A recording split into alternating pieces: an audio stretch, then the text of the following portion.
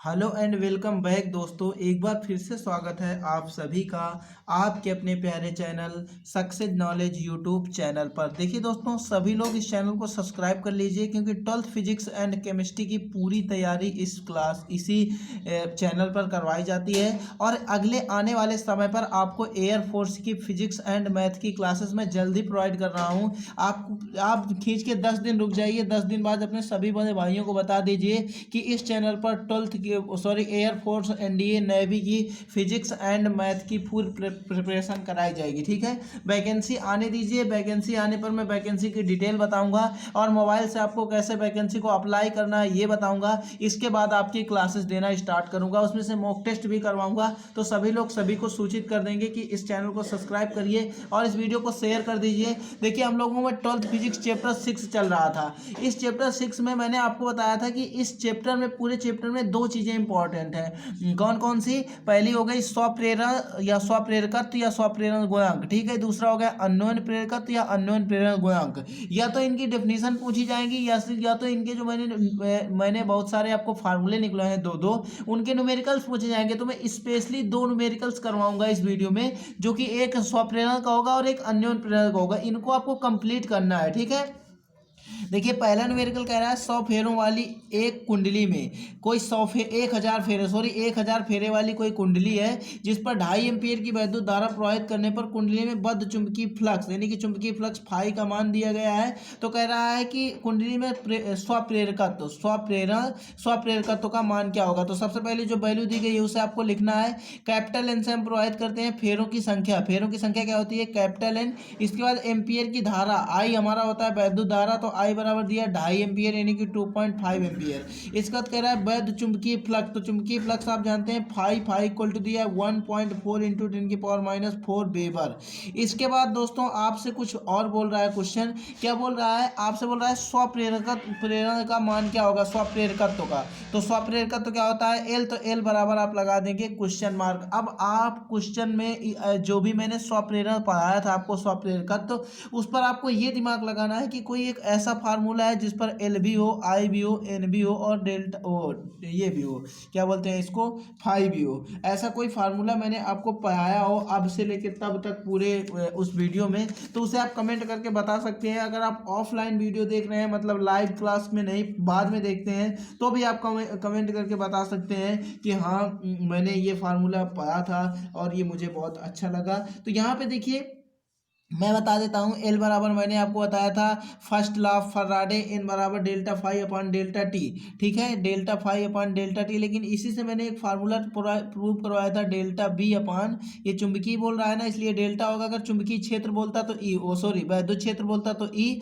चुंबकीय क्षेत्र बोलता है तो फाई। लेकिन ये स्वप्रेरकत्व या अन्योन्य प्रेरकत्व में चुंबकीय क्षेत्र ही बोलेगा। ठीक है, एन डेल्टा फाई अपॉन में आई, ये मैंने आपको एक फार्मूला प्रूव करवाया था फर्स्ट लॉ ऑफ फैराडे से। तो आप को ये शायद मेरे ख्याल से याद होगा। ये आपका होता है चुंबकीय फ्लक्स ग्रंथिकाओं की संख्या N delta phi upon I, ये होता है चुंबकीय फ्लक्स ग्रंथिकाओं की संख्या। ये बहुत इंपॉर्टेंट फार्मूला है। मैंने आपको बताया था कि आपको यहाँ पे याद रखना होगा N I proportional N delta phi, इसी से ये निकाला गया है। यहाँ से प्रोपोर्शनल हटा के एल ये क्वेश्चन कराया गया था मैंने। ठीक है, तो यहाँ पे वैल्यू रखना है। तो एन का मान दिया गया 1000, डेल्टा फाई की वैल्यू दी गई है 1.4 इंटू 10⁻⁴ वेबर। इसके बाद आई का मान दिया गया है 2.4, तो इसे हम लिख लेंगे। इससे इसको हम लोग कैंसिल करेंगे और इसके बाद हम लोग कैलकुलेट कर लेंगे, जो होगा वही हमारा आंसर निकल आएगा। 25 सेकंड में 25, 25 चौको 100, यहाँ से आ जाएगा 40। तो यहाँ से 14 में गुणा कर देंगे, 4 में 14 में 40 का गुणा करेंगे तो 14 चौको 56, 560 गुणे 10⁻⁴।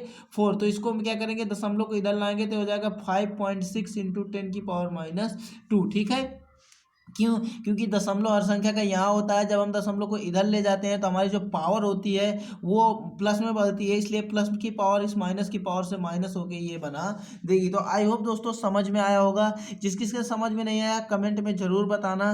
कैसा लगा ये वीडियो वो भी कमेंट करके मुझे बताना। अब देखिए अन्योन्य प्रेरण, जब हम किसी नेक्स्ट क्वेश्चन दिया गया है, जब किसी प्राथमिक कुंडली की बात कर रहा है 2 एम्पीयर की धारा प्रवाहित करते हैं। तो सबसे पहले वैल्यू लिख लेंगे। आई बराबर दिया गया 2 एम्पियर की धारा प्रवाहित करते हैं, तो कह रहा है उसी पे पास रखी हुई दूसरी कुंडली में 0.3 सेकंड में, यानी कि टी बराबर दे दिया गया हमें। दूसरी कुंडली की बात कर रहा है तो ये T2 हो गया, प्राथमिक की बात कर रहा था तो ये I1 हो गया। ये बात आपको याद रखनी है 0.3 सेकंड में, ठीक है। इसके बाद बोल रहा है कि 0.80 वोल्ट का विद्युत वाहक बल उत्पन्न हो जाता है इतने समय में। तो ये दूसरी कुंडली की बात है, तो ये हो जाएगा E2 बराबर 0.80 वोल्ट का विद्युत वाहक बल उत्पन्न हो जाता है। अन्योन प्रेरण गुणांक यानी कि M का मान क्या होगा।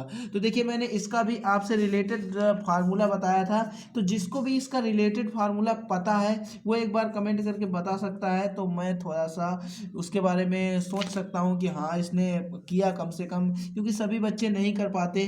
तो सभी बच्चों को मैं निवेदन करूँगा कि यार आप तैयार करिए, ये इंपॉर्टेंट है, आपके बोर्ड एग्जाम पे इसी को पूछा जाना है। तो M बराबर एक फार्मूला मैंने बताया था E2 अपान डेल्टा I अपान में डेल्टा T।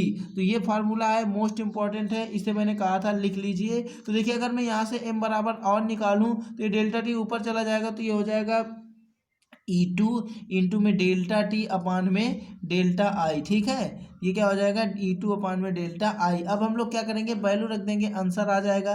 तो E2 की वैल्यू हमें दी गई है 0.80, ठीक है। E2 की वैल्यू क्या दी गई है 0.80, और डेल्टा टी की वैल्यू क्या दी गई है 0.3 सेकेंड, ये टाइम का मान है। इसके बाद आई की वैल्यू दी गई है 2 एम्पियर। हम लोग क्या करेंगे, यहाँ से दशमलव हटाएंगे, यहाँ से दशमलव हटाएंगे, और 2 1 3 0 यहाँ पे हम लोग बढ़ा देंगे, ठीक है। इसके बाद क्या करेंगे, इसको हम 2 को काट देंगे इससे, तो ये बच जाएगा 40, और 1 0 को हम इससे फिनिश कर देंगे। हमारे पास क्या बचेगा, हमारे पास बच जाएगा 4 3 12, इसे हम लिख देते हैं 12/1000, ठीक है। 12/100 है यहाँ पे। तो हम लोग क्या करेंगे, इसको ऊपर ले जाएंगे तो हो जाएगा 0.12। ये जिसके समझ में ना आया हो ना तो कमेंट करके बता देना, मैं उसे आगे की क्लास में ये समझा दूंगा कि ये कैसे होता है। एक एक चीज़ें देखिए पॉसिबल नहीं है, ये आपको कुछ ना कुछ चीज़ें जो छोटी छोटी चीज़ें हैं वो हाई स्कूल में भी सीखनी पड़ती हैं, वो सॉरी पीछे की क्लास में भी सीखनी पड़ती हैं। अगर छोटी छोटी क्लासों में दशमलव को इधर उधर करना आपने नहीं सीखा तो यहाँ पे दोस्तों इतना नहीं सिखाया जा सकता। ये आ गया हेनरी, क्या आ गया हेनरी, इतने हेनरी इसकी वैल्यू आ गई। तो दोस्तों समझ में आया हो तो कमेंट करके बताना।